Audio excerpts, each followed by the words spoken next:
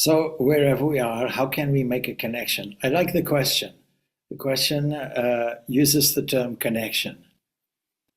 And of course, immediately we have an example.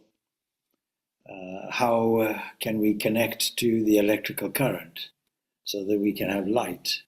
There's a light switch, no doubt. And there is something that is electricity generated from far away, but also being conducted.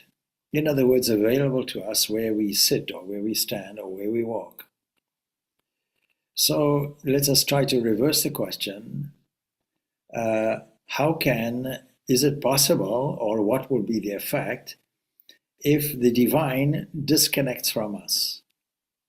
It's unthinkable. Because if the divine disconnects from us, it's something like the life-giving current which flows through as the heartbeat, as the blood circulation, as thought, as all the activities of the small, tiny cells of the body, their intricate, highly complex systems. Nothing happens, actually. So truly, we are dependent on a life. Now, this life is indefinable. So we can call it a supreme reality. We can call it God if we wish. And it's beyond the range, as I mentioned many times before, it's beyond the range of thought. We can't think, what is it? And so in the Bhagavad Gita, Arjuna says that you know yourself by yourself. You're also a Lord of all beings. But you see, his glory is indicated by the order and rhythm present in a wonderful passage in the Brihadaranyaka Upanishad where Yajnavalkya is talking to Gargi. And he says, "Oh Gargi, the knowers of the supreme principle, that is the Brahman and Brahmanas, they call this supreme principle Akshara. Akshara means imperishable. Now let's think about that. Everything else perishes. So if you're standing in a certain location and in front of you is a forest full of life, in 100 years' time, that forest would have changed. There are some trees in Europe that are some olive trees which are over 100 years old, even more than that, maybe 2,000 years old. And they have to be propped up. So olive trees have a huge longevity, but 2,000 years is nothing. 2,000 years is a blink of an eye in the whole vast history of even this planet or the solar system, 4.5, let's say, billion years. And so how can we describe it? Either just in negative terms? It is neither coarse nor fine, neither short nor tall, neither red like fire, nor fluid like water. It's without shadow, it's without darkness, it's without air, it's without space, it's without attachment, without taste, without smell, without eyes, without ears, without speech, without mind, without light. Why do we list all these things? We get the gist of it. It's to emphasize very, very graphically that when you take all these things away, you've taken essentially the familiar world away. It's without breath, without mouth, without measure, having no within and no without. It doesn't eat anything, it doesn't devour anything, and nothing devours it. And furthermore, by its command, that imperishable allows the sun and the moon to stand apart. And by their command, heaven and earth also stand apart. And by that command, all our moments, or hours, days and nights, half months, seasons, years, all stand apart. So without that principle, all of these fall apart. It goes on. By the command, some rivers flow to the east, some to the west, some mountains, others in different directions, in other quarters. And by that imperishable, people follow the givers, and by that command, the subtle elements, the ultra beings that we know not, in ordinary life, they follow the basic order, which is essentially that of sacrificing and so on. So here's the promise. Whoever, without knowing that imperishable, offers ritualistic offerings in the world, or performs sacrifices, or even observes spiritual practice such as austerities, even for 1,000 years, that work will have an end. And the forests will have an end, and you'll be happy to know the grass will have an end. Of course, when you cut it, it has its end. So, whoever, without knowing this imperishable, departs from the world will be miserable, just like a slave, because no freedom will be available. But the one who departs from this world knowing this imperishable, that is a knower of Brahman. And that Brahman is unseen, but seeing unheard, but hearing unperceived, perceiving unknown, but knowing. There is nothing that sees but it, nothing that hears but it, nothing that perceives but it, nothing that knows but it. And in that imperishable, the space is woven like warp and woof.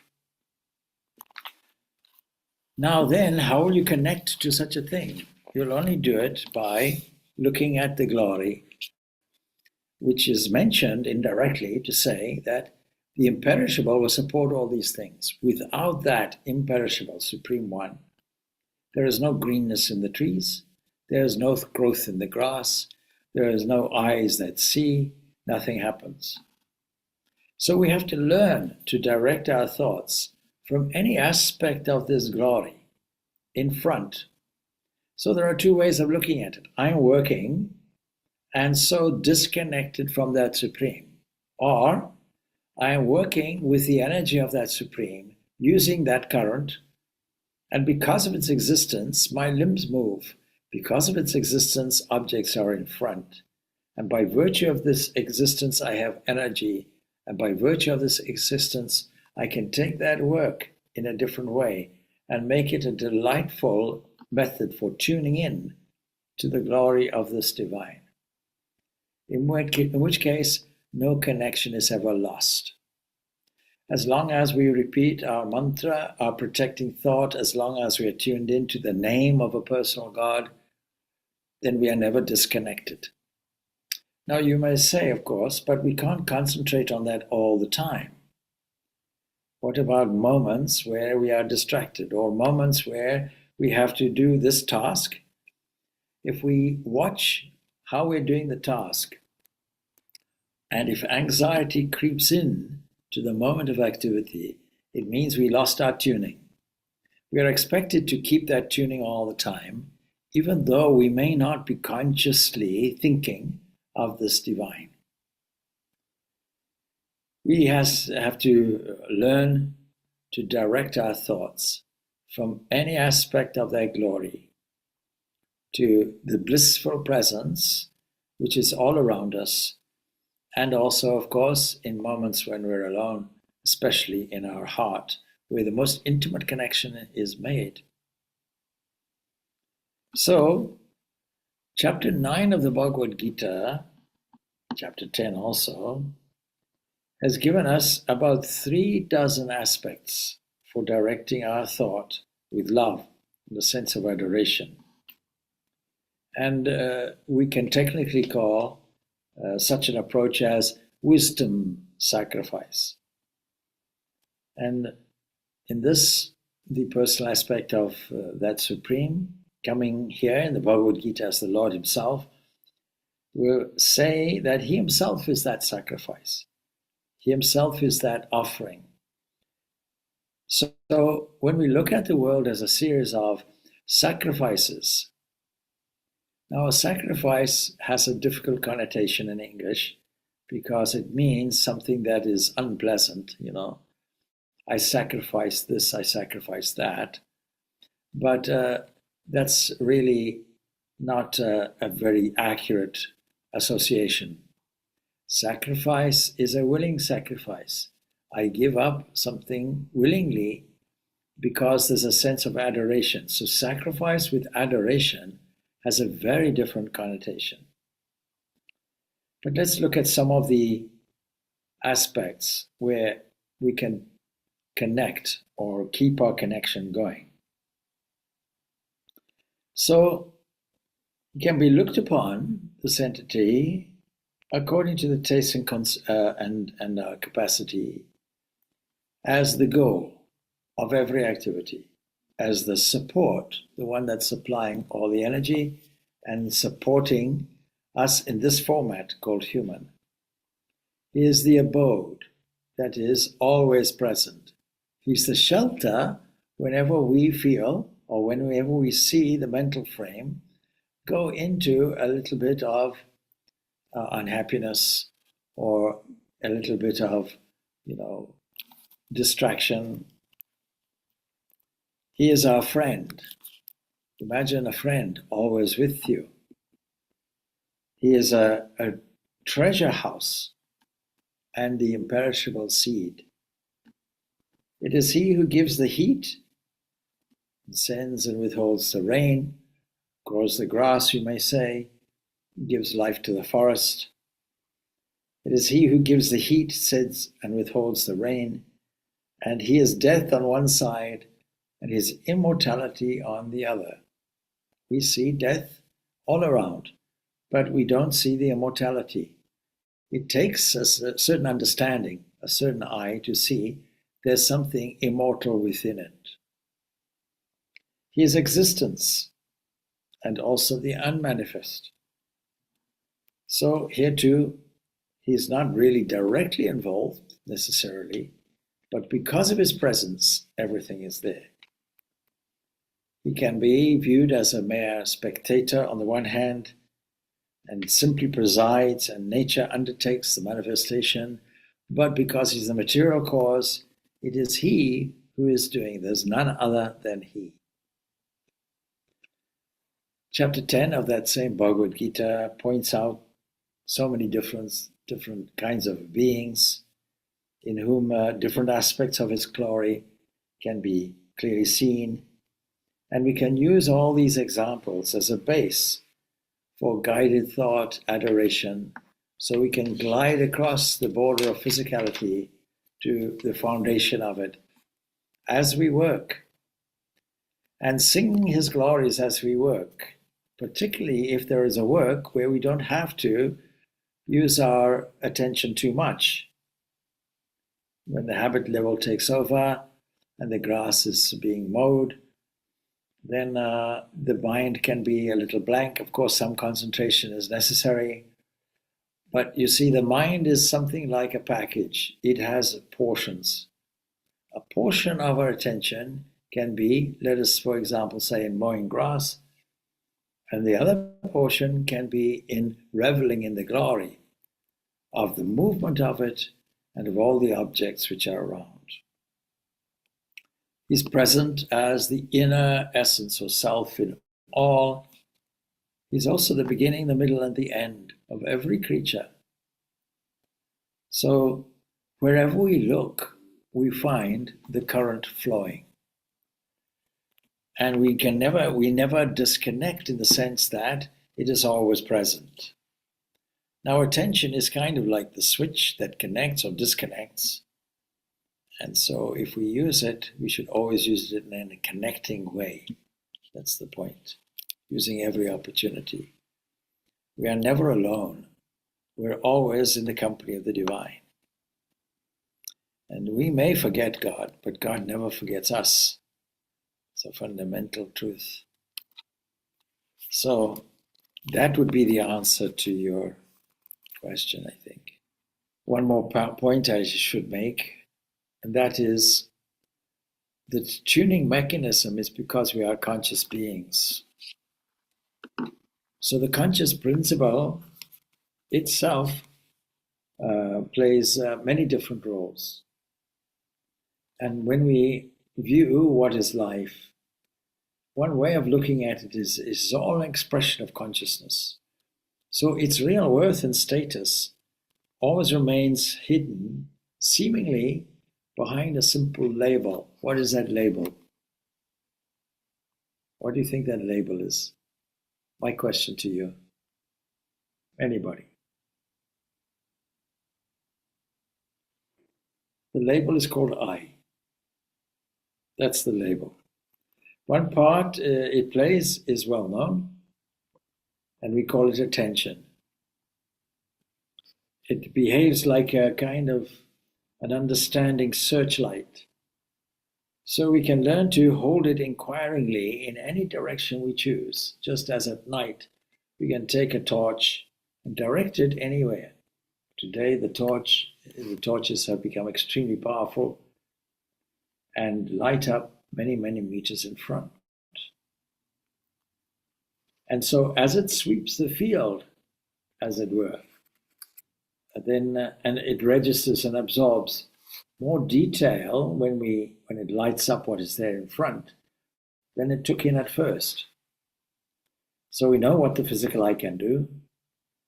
It gives mainly a two-dimensional view of things. But we can view an object from a number of different angles. Even, let's say, top, even, let's say, bottom. And the eye moves with us as we move. And when it moves, it gives us, well, I don't know, probably 100 different values or 100 different views. And each view supplements the others. And there is a subtle inner eye that coordinates all the presented materials for us. So the result of what we experience is a composite. It's a three-dimensional picture, and attention can also be trained to go much further. It can add up all the experiences of the various controlled mental modes that we have. And that helps in evolving a much more satisfying, unified vision of life itself. So when there are no ordinary activities that we're doing. There is this penetrating, step-by-step penetrating aspect that we can absorb and take in. And then, of course, what can happen when the attention is steadily tuned on itself with great delight. If we can do it sufficiently long, then we can get a taste of its off-duty peace and poise. So the Upanishads, well, the scriptures, they all state that it then remains as what? The exalted, the one undivided perfection behind the evolving things in front of us, the evolving universe of men, objects, that is people, objects, events, scenes, activities. And in fact, all of these scriptures, they arise from the attainment of that all-embracing dimension, what we might call inspiration on investigation. And once it's reached, it abides, irresistibly penetrates where our genuine need exists, and favorable conditions are maintained. That means then that when we are working and all the activities are being done, they are being done from the operational blissful base that is accessed when we are alone, when we are delving in within. And that carries us forward like a kind of charged battery throughout the whole of your activities. So what emerges is beyond, of course, our usual concepts and our usual words. And so we can call it, well, some texts will call it walk or speech, or simply the word as God, parawak. And when I ask people, please change your thinking, I'm actually telling them, please change your words. Because your thinking comes in words, and words are structures for concepts. So when tuned correctly, from our waking point of view, then this entity expresses itself as appropriate mental and also physical changes. That's how we change our world. So not only are we viewing it as a divinity that is behind substantially and expressing itself as everything in front and the one that's seeing it, not only are we doing that, but we are creating mental changes and we are creating physical changes in the world. It becomes flesh and dwells amongst it. It incarnates. So all our practices, all our spiritual disciplines, they are meant to create all these favorable conditions for us. They're not meant to thwart us or act as inhibiting things. And they're meant to create favorable conditions to us, and they enable us to keep them just effortlessly at the habit level. And it's the habit level we're trying to reform. We can't do it directly. We have to do it through this conscious way. So, for example, there's the Mundaka Upanishad, and Sri Shankaracharya, whose birthday we celebrated fairly recently. He says in his commentary, by the fact of intense hankering, the Supreme Self is attainable. There has to be the hankering. Anything which is not that is going to divert our attention and create a delaying tactic and entrench our mind or our habit level in things which may be dark, things which may be difficult, things which may be full of egocentric positions, anxieties, worries. So this intense hankering has to be there that outweighs and overwhelms the hankering for other things while we're doing other activities, even for small results. So through any other spiritual effort, we cannot do it.